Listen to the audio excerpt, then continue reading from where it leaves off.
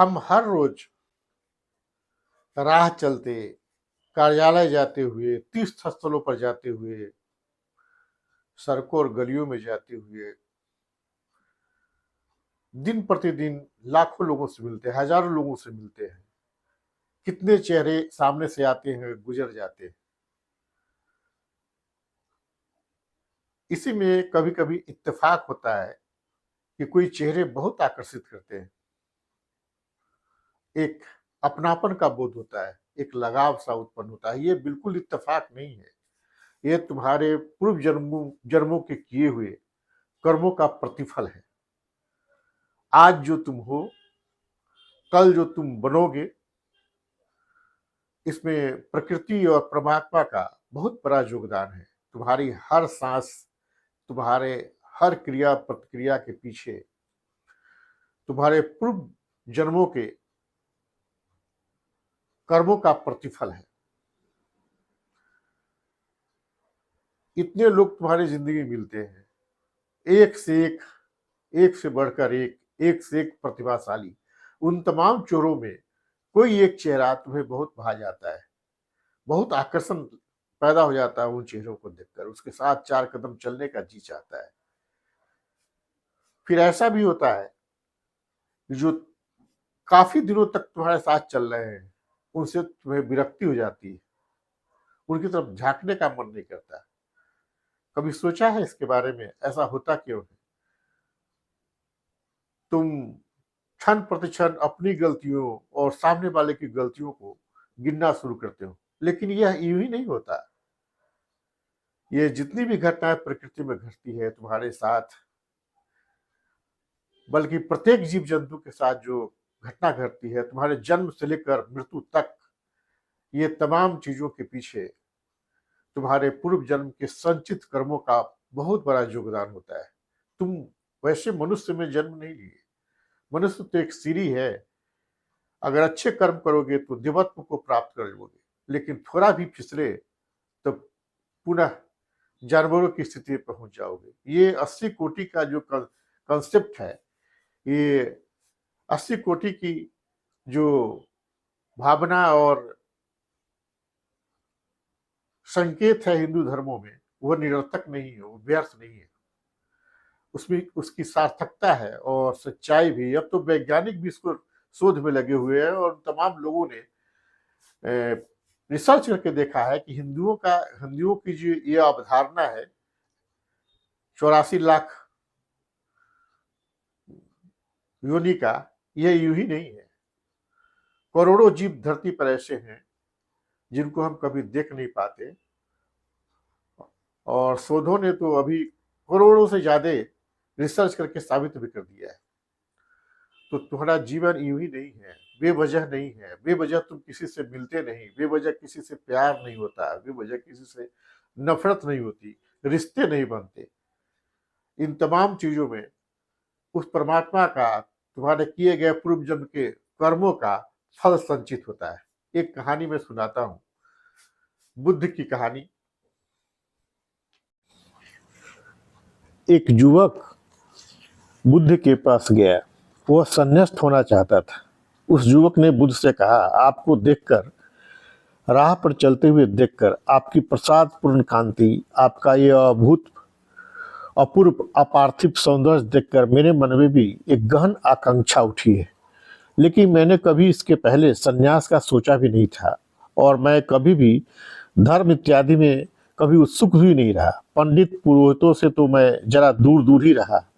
मेरे माता पिता भी कभी मंदिर, मस्जिद और पुरोहित के पास ले जाना चाहते थे तो मैं किसी न किसी बहाने न जा पाता। हजार बहाने बनाता था और वहां न जाने के लिए। पंडितों की रटी रटाई बातें सुनकर मुझे ऊब आती और सिरदर्द होने लगता था। मगर आपको देखकर मैं बड़ा आनंदित हो उठा हूँ, आंदोलित हो गया हूँ, और एक भाव मेरे मन के अंदर कि मैं भी दीक्षित हो जाऊं। मगर यह मेरे समझ में नहीं आता कि अनायास यह भावना उठी कैसे मेरे मन में। पहले से कोई सिलसिला नहीं, कभी कोई ऐसी चाहत नहीं थी, फिर अनायास मेरे मन में कैसे यह कामना आ गई। बुद्ध ने अपनी आंखें बंद की और उससे कहा, कि युवक, तुम्हें पता नहीं, पिछले जन्म में तुम हाथी था, जंगल में आग लग गई थी और तुम भागा जा रहा था। सारे पशु पक्षी भागे जा रहे थे अपनी अपनी जान बचाने के लिए। काफी देर भागने के बाद जब तुम थक गया तो एक वृक्ष के नीचे विश्राम करने को खड़ा हो गया। तुम्हारे पैर थक गए थे और एक पैर में कांटा चुभ गया था। उस पैर में दर्द हो रहा था। तुमने अपना वह पैर ऊपर उठाया जिसमें कांटा चुभा हुआ था। जिस वक्त तुमने अपना पैर ऊपर उठाया, उसी बीच एक खरगोश तेरे उस पैर के नीचे आकर बैठ गया। तुमने नीचे देखा, वह घड़ी ऐसी थी कि सारा जंगल वह ऐसी घड़ी थी कि सारा जंगल आग की लपटों में सुलग रहा था। मौका ऐसा था कि तुम्हें लगा कि खरगोश अपनी जान बचाने के लिए तुम्हारे पैर के नीचे बैठा है। सभी अपनी अपनी जान बचाने के लिए भाग रहे थे। तुमने सोचा यह खरगोश भागते भागते थक गया है। जब मैं हाथी होकर थक गया तो यह तो छोटा खरगोश है, छोटा सा जीव है, यह थोड़ा आराम के लिए रुक गया है। अगर मैंने पैर नीचे रखा तो यह खरगोश मर जाएगा। वह घड़ी ऐसी थी कि तुम अपने जीवन के लिए सोच रहा था कि मैं बच जाऊं, और खरगोश भी अपना जीवन बचाने के लिए तेरे उठे हुए पैर के नीचे था। तब तुम्हें लगा जैसे मैं बचना चाहता हूं वैसे सभी बचना चाहते हैं। तुझे बड़ा बोध हुआ और तुम पैर वैसा ही उठाए खड़ा रहा और वह खरगोश निश्चिंत नीचे बैठा रहा। तब तक बैठा रहा जब तक उसे शांति नहीं मिल गई। जब खरगोश हट गया तब तुमने वह पैर नीचे रखा। तब तक तुम्हारा पैर अकड़ गया था और तुम पैर नीचे नहीं रख पाया और तुम नीचे गिर गया। खरगोश तो बचकर निकल गया, लेकिन तुम उस जंगल में लगी आग में जलकर मर गया। लेकिन मरने के वक्त तुम्हारे मन में एक बड़ी तृप्ति थी, एक बड़ी शांति थी, एक अपूर्व उल्लास था, एक अद्भुत आनंद का भाव था कि मैंने उस खरगोश को नहीं मारा। बहुत शांति का एहसास हो रहा था तुम्हें। उसी का यह फल है कि तुम इस जन्म में मनुष्य बने। बुद्ध ने कहा, तुमने जो करुणा दिखाई उसी कारण तुम मनुष्य हुआ। उसी करुणा के कारण तुम्हारे अंदर यह बीज पड़ गया। बुद्ध कहते थे, जिसके जीवन में करुणा है उसके जीवन में प्रज्ञा आती है। उसी करुणा के कारण मुझे सड़क पर चलते देखकर तुम्हारे मन में यह भाव उठा। यह अकारण नहीं है, इसके पीछे जन्मों जन्मों का श्रृंखला है, यह कहानी है।